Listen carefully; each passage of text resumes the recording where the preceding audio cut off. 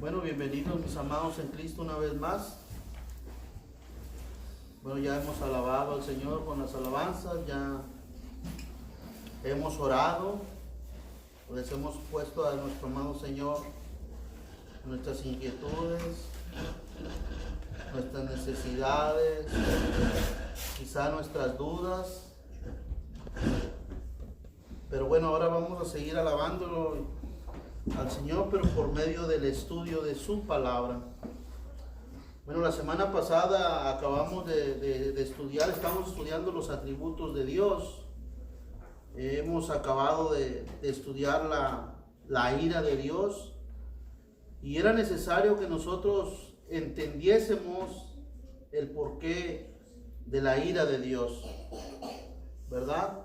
El por qué tenemos que considerar siempre esa que es una de las perfecciones de Dios, aunque muchos ven la ira de Dios como una mancha en el carácter de Dios.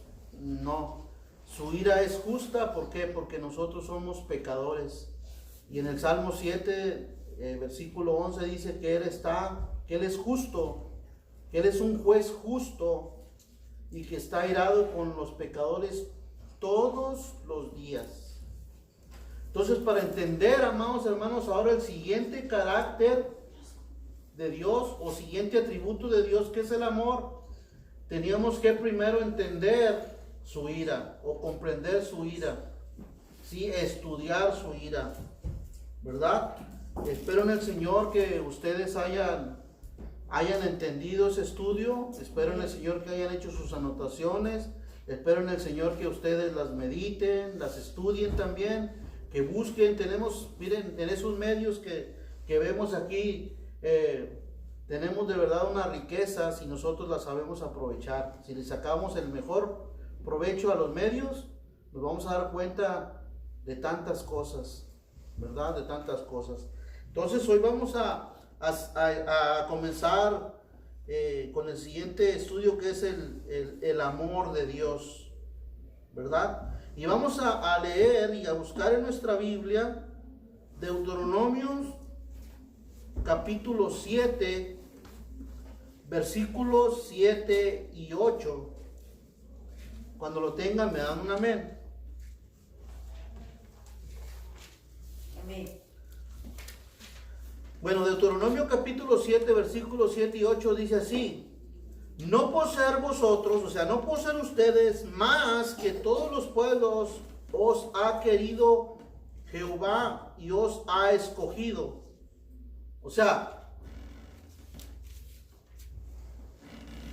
no porque en ese tiempo el Señor se dirigía a la nación de Israel a leer esta porción de la palabra, las primeras palabras que usa este versículo 7 y versículo 8, dice: no por ser vosotros más, o sea, no se jacten, no crean ustedes que porque yo los escogí es porque ustedes vi algo especial en ustedes, ¿sí? No piensen otra cosa de sí. O sea, no por ser vosotros más que todos los pueblos, os ha querido Jehová y os ha escogido. Pero miren lo que dice después: pues vosotros erais el más insignificante de todos los pueblos. Serán un pequeñito. Todas las demás naciones se habían crecido alrededor de Israel. Se habían multiplicado en gran manera y ellos eran pocos.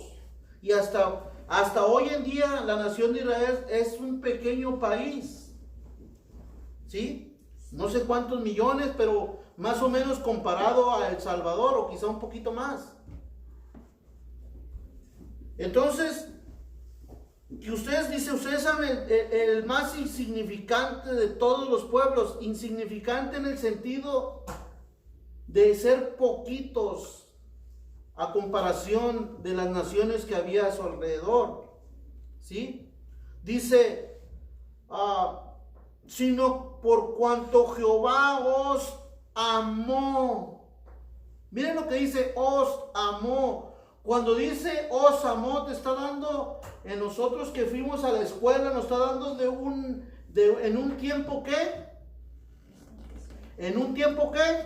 Díganlo fuerte. Pasado. En un tiempo pasado. ¿Sí?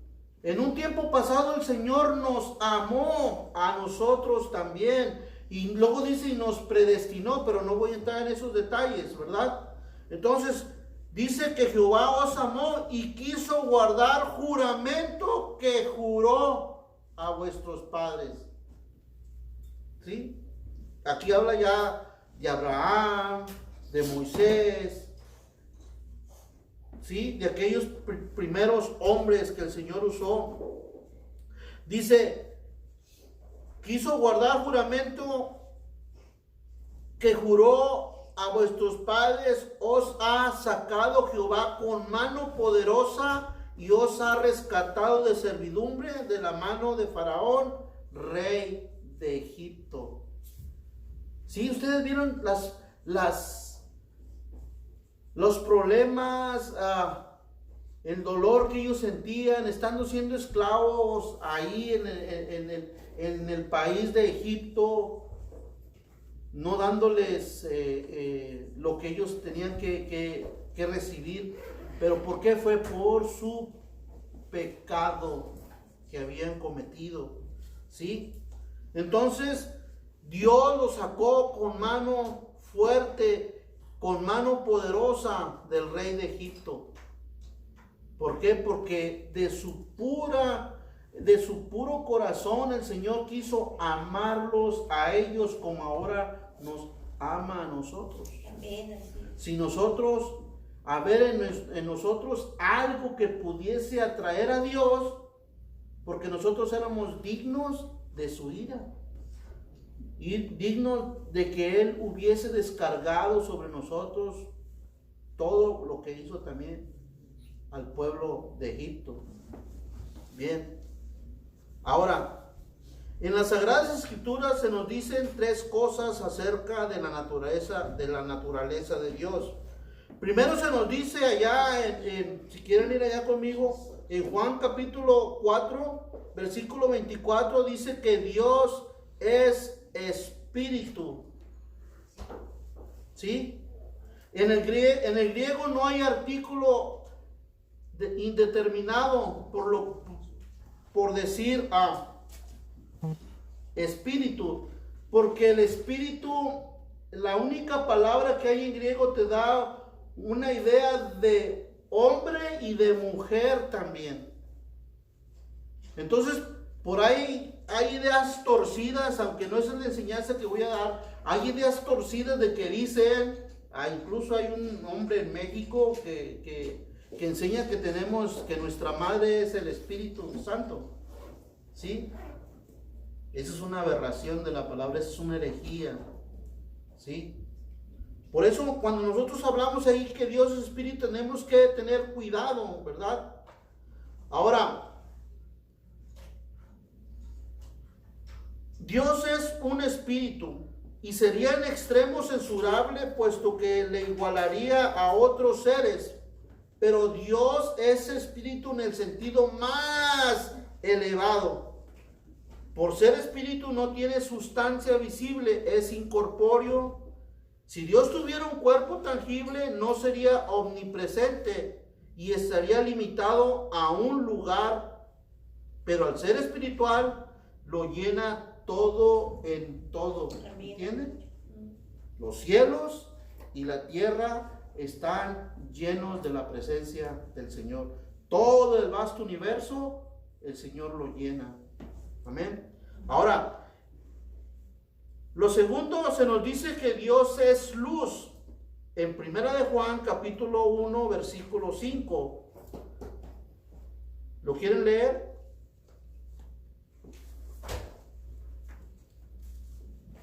Vamos a estar interactuando, ¿sí? Estamos en un estudio, no estamos en una predicación en que sí podemos participar en la lectura de la palabra. ¿Verdad? ¿Qué nos dice 1 de Juan capítulo 1 versículo 5? Amén.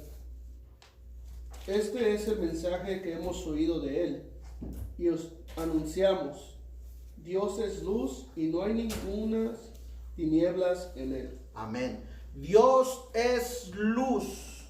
¿Qué es lo contrario a la luz? Ya lo leíamos ahí. Las tinieblas. Lo opuesto a la luz son las tinieblas.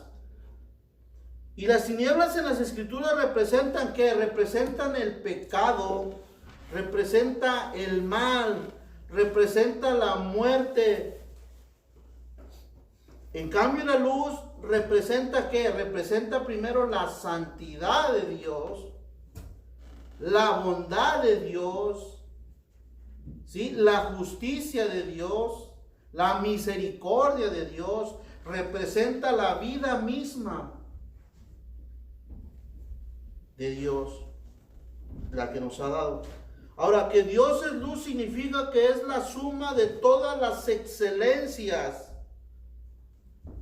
Ahora, en tercer lugar, se nos dice que Dios es amor, que es lo que vamos hoy a nosotros a estudiar. ¿Quién quiere buscar otra vez en 1 de Juan, capítulo 4, versículo 8?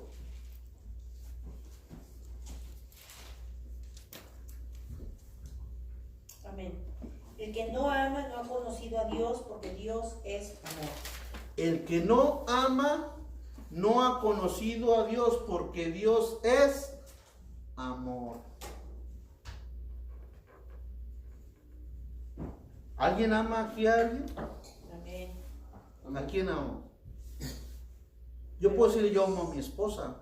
Y si yo amo a mi esposa, yo voy a hacer todo lo mejor por ella, incluso dar mi vida. ¿Sí? Voy a tratar de proveerle todo. ¿Sí? Porque la amo y no quiero que carezca de nada. Ciertamente a veces por nuestra humana debilidad y nuestra humana incapacidad vamos a fallar. Pero ¿saben qué? Dios no falla. Ahora, el que ama dice que el que no ama no conoce a Dios. Si alguien no me ama, si alguien no te ama, no puede hablar de Dios.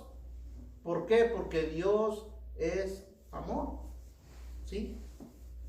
Ahora, Dios no solamente ama, sino que Él es el amor mismo. ¿Sí? Dios no solamente ama, sino que Él es el amor mismo. El amor no constituye meramente uno de sus atributos, es su misma naturaleza. O sea, Dios, aunque vimos el atributo de Dios que es su ira es porque nos ama y odia el pecado, ¿sí? Y el pecado está destruyéndonos, y porque nos ama, Él tiene que airarse y tiene que enojarse. Cuando nosotros pecamos, haz de cuenta que estamos agrediendo al Señor. Porque Él nos ama y no quiere que pecamos. ¿Por qué? Porque somos su creación.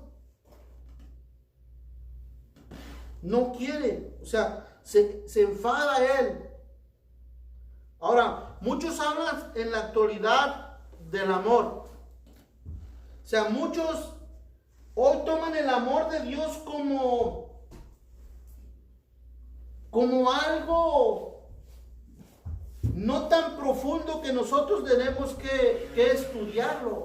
Solamente hablan de Dios como el amor de Dios, poniéndole a Él como algo permisivo. Ok, no te preocupes, Dios te ama, Dios te va a perdonar todo. Y la gente llega poco a poco a cauterizar su conciencia y viven una vida impía y apartada de Dios, así que no hay problema, Dios me ama.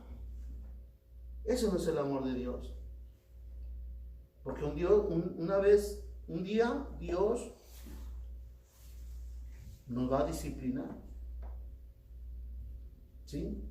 Terrible es caer en las manos de un Dios vivo. Con Dios no podemos jugar. O somos o no somos. Ahora dice, Muchos hablan en la actualidad del amor de Dios, pero son ajenos por completo al Dios de amor. ¿Sí entendieron eso? Una vez más.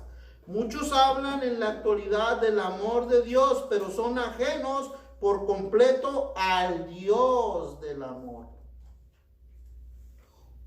Humanizamos el amor de Dios. ¿Sí? Lo humanizamos. El Señor nos dice, ¿acaso pensaste tú que yo era igual que tú? ¿O a qué me compararás tú?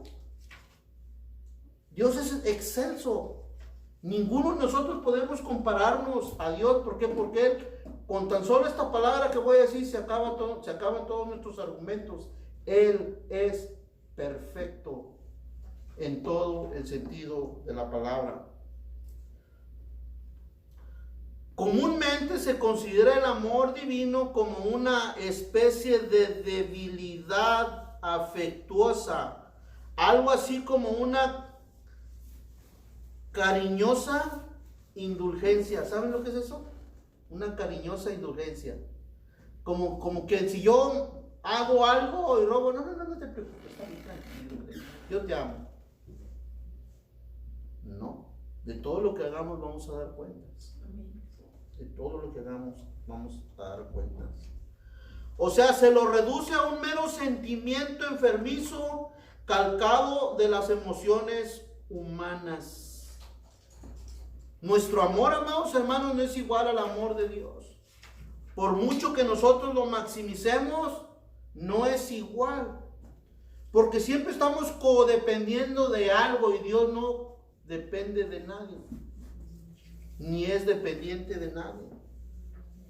Ahora, pero la verdad es que en esto, como en todos los demás, nuestras ideas deben de estar reguladas. ¿Por qué? Por la palabra de Dios. ¿Sí? Las ideas que nosotros tengamos del amor tienen que estar bien cimentadas en las Sagradas Escrituras. Dice aquí una evidente y urgente necesidad, no solo por la ignorancia general que prevalece, sino también por el estado tan bajo de espiritualidad. Aunque sea triste decirlo, es característica general de todos los que profesan ser cristianos. No entendemos, amados hermanos, el amor de Dios.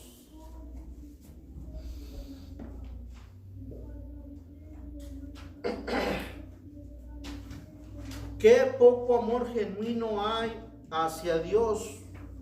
Y una de las razones principales es que nuestros corazones se ocupan muy escasamente del maravilloso amor que Él tiene hacia los suyos. Cuando mejor conozcamos su amor, su carácter, plenitud, bienaventuranza, más fuerte será el impulso de nuestros corazones en meditar en su amor y en crecer nuestro amor hacia Él.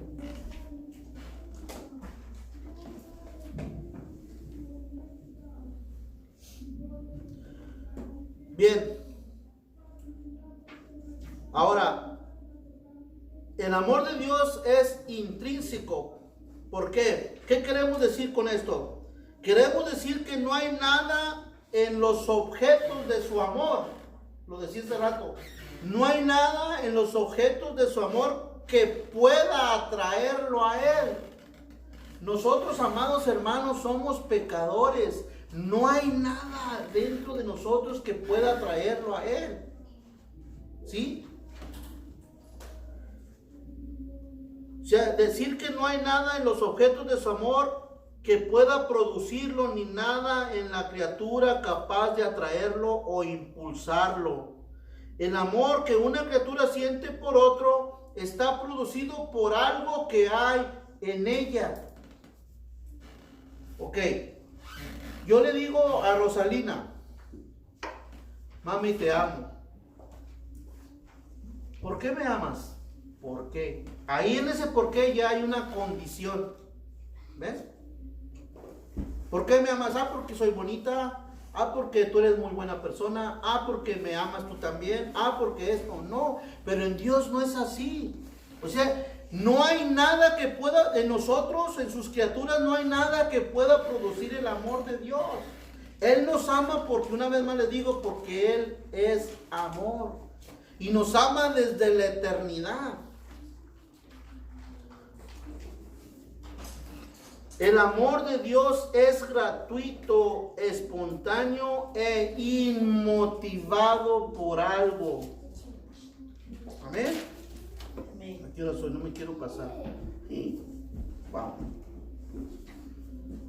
Vamos a terminar este punto y vamos a parar porque ya va a llegar el tiempo. Ahora, la única razón de que Dios ame a alguien reside en su propia voluntad. Lo leíamos. En su propia voluntad soberana. Decía, no por ser vosotros, ¿sí? Leíamos en Deuteronomio una vez más. Deuteronomio 7 dice, no por ser vosotros más que todos los pueblos os ha querido Jehová y os ha escogido, pues vosotros erais el más insignificante de todos los pueblos. O sea, no había nada que atrajera al Señor.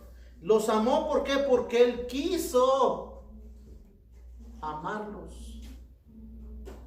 ¿Sí? O sea, la única razón de que Dios nos ame o ame a alguien reside en su propia voluntad soberana. Dios ha amado a los suyos desde la eternidad y por tanto nada propio de las criaturas puede ser causa de lo que se halla en Dios desde la eternidad. O sea, nosotros no vivimos en la eternidad, nosotros tuvimos un principio y Él no tiene principio ni tiene final. Entonces nosotros no podemos causar algo en Él. ¿Por qué? Porque nosotros no existíamos. Él ama por sí mismo según el propósito suyo. ¿Quién quiere ir a 2 de Timoteo capítulo 1 versículo 9? 2 de Timoteo capítulo 1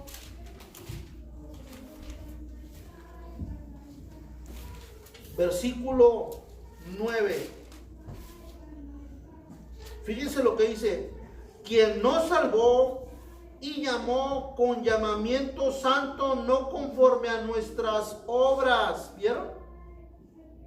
O sea, no hay nada digno en nosotros. Lo mejor que nosotros podamos hacer, amados hermanos, y que si creemos que estamos a Él agradándolo, son como trapos de inmundicia, porque no hay nada bueno en nosotros, sino según el propósito suyo y la gracia que nos fue dada en Cristo Jesús antes de los tiempos de los siglos. Ahí está hablando de la eternidad. ¿Vieron? O sea, nosotros no pudimos motivar al Señor algo porque nosotros no éramos eternos. Una vez más les digo, ¿sí? Dios no nos amó porque nosotros le amábamos, sino que lo hizo antes de que tuviésemos una sola partícula de amor hacia Él. 1 de Juan 4:19. Y con eso vamos a cerrar porque llegó. No, todavía tenemos. ¿Sí? 1 de Juan, capítulo 4, versículo 19, ¿qué dice ahí? Nosotros le amamos a Él porque Él nos amó primero. Nosotros le amamos a Él porque Él desde la eternidad quiso amarnos a nosotros. Y ese es el resultado de que ahora nosotros le amamos a Él. ¿Sí? Porque Él de su propia voluntad dice, si Dios nos hubiera amado en respuesta a nuestro amor, no hubiera sido espontáneo, pero ya que nos amó cuando no había amor en nosotros, resulta evidente que nada influyó en su amor. ¿Se entendieron eso? Ahora, para adorar a Dios y confirmar el corazón de sus hijos, es importante que tengamos ideas claras acerca de esta verdad preciosa. El amor de Dios por cada uno de los suyos no estuvo motivado en absoluto por nada que hubiésemos nosotros hecho. Con esta pregunta cierro.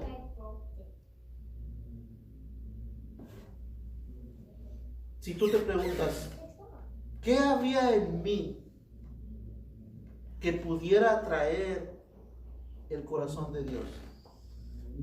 A ver, vamos a contestar. ¿Qué había en mí?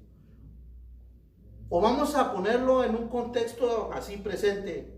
¿Qué hay en mí que pueda atraer el amor de Dios? Es que yo voy a la iglesia todos los días. Es que yo me paso orando 5, 6, 7 horas. Porque yo quiero al pastor. Porque yo quiero a mi esposo. ¿Eso sería suficiente para que Dios nos ame? No, esas son nuestras necesidades. Nosotros necesitamos de Dios. Dios no necesita de nosotros. Y aún así Él nos ama. Amén. O sea, no hay nada, amados hermanos, en nosotros, en nuestro ser, que pueda atraernos el amor de Dios. No hay nada en absoluto. Al contrario, en mi corazón se encontraba todo aquello que le repele, todo lo que hacía aborrecerme: pecado, depravación, corrupción. En mí no había cosa alguna que fuese buena. ¿Vieron? Entonces, ¿ustedes creen que por ser nosotros muy lindos y muy buenas personas merecemos el amor de Dios? No. Absolutamente no. Lo mejor que podamos hacer nosotros, lo más bueno que podamos hacer por la sociedad, amados hermanos, si no hay amor en hacerlo, desafortunadamente esas cosas Dios no las ve con agrado. Amén. Bueno, mis amados hermanos, por hoy vamos a dejar aquí el estudio. La semana que entra continuaremos con la siguiente parte. Espero en el Señor que ustedes hayan sido edificados hoy día. Espero en el Señor mis palabras hayan sido claras.